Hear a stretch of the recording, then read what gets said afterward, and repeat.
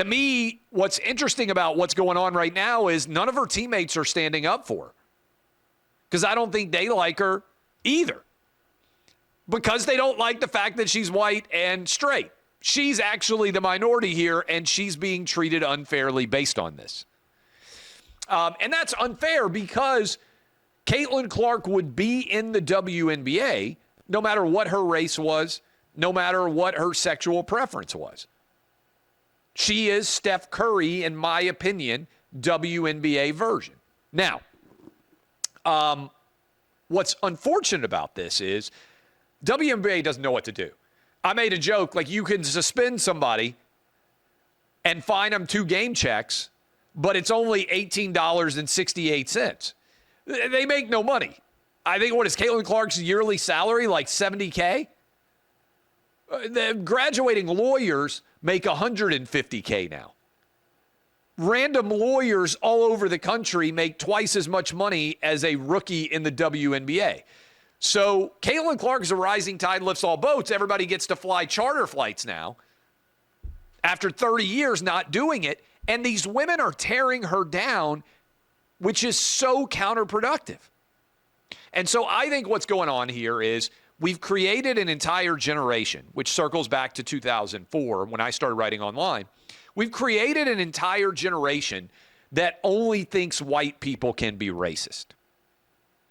And the only racism we talk about is white, primarily to black, but occasionally white to Hispanic or white to Asian or whatever. And any other racism, people just pretend doesn't exist. Do you remember Stop Asian Hate? Do you remember when all the Asian people were just getting the crap beaten out of them all over San Francisco, California, and New York City? Asian people just walking down the street get beaten up. You know who was doing it? Overwhelmingly black people. So our society is so unable to comprehend the idea that black people might be racist against Asian people that the story mostly disappeared. Asian people are getting the crap beat out of them. If it were white people, it would have been the number one story. White people doing it, it would have been the number one story for a year. All the video footage comes out. It's just black people beating up Asian people. And they're like, yeah, this story's just got to go away. It's the only time. I mean, look at the guy who got murdered in Memphis. Young guy driving a car, did nothing wrong, got pulled over by the Memphis police on video, got the crap beaten out of him. Story just goes away. Huge group of black Memphis police officers murders a black guy, beats the crap out of him on video. Everybody can see it. He didn't get a statue. He didn't get a public statement from the White House for days and days on end. He didn't have funerals all over the country because it was black people who beat him up. And so it would change everything in this country if we would just have public figures come out and say, you know what? White, black, Asian, Hispanic people can all be racist, and judging anybody based on their race or their sexuality is wrong, and we should not do it. People say that I'm racist for saying that. People lose their minds. You can't say that a black person can be racist. You can't say that a Hispanic person can be racist. You can't say that an Asian person. Yeah, you can. Every one of those groups knows that they can be racist. They'll even be racist inside of the group. Asian people judge other Asian people all the time. Black people judge other black people. White people judge other white people. Oh, it's poor white trash. What do you expect? This happens all the time across racial groups too.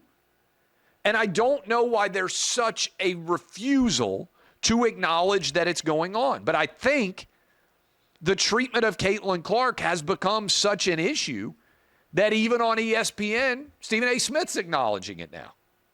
I think you can go read, when I started saying this, I give credit to Bobby Barack, he's written about it at OutKick. All the usual outrage merchants were like, oh my gosh, Clay Travis just said that Caitlin Clark's race and her sexuality has something to do with the way she's being treated. Yeah. And now everybody's like, oh, you know what? Yeah, I think that's probably what's going on. Otherwise, what would it be? Jealousy based on what? I guess you could say people are jealous because she's too good looking. I don't think it's that.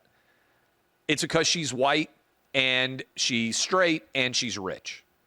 If Caitlin Clark had the exact same game and she was black and she was a lesbian, then there'd be no criticism of her inside of the WNBA. Now, you can say that nobody would care. That's a more interesting argument, right? You can say, oh, if she were just another black player, then nobody would care about her success. I think that's unlikely to be true because I still think her performance at Iowa women's basketball would be a lot of fun to watch and support. And certainly that doesn't happen in men's athletics. I don't think there's any athlete. Think about this. Can you name a male athlete who is famous because of his sexuality or his looks or his gender? I can't, because men's sports, all we care about is performance. In fact, the criticism of men's sports is if you're good enough, you can get away with anything. This is the other argument I've been making for 20 years. All that matters in men's sports is your talent. As long as it exceeds your problems, you can get away with anything. Deshaun Watson got the biggest contract in the history of the NFL at the time, and over 30 women, most of them minorities, had accused him of sexual assault, and he paid them millions of dollars to settle all these charges against him. Think about that.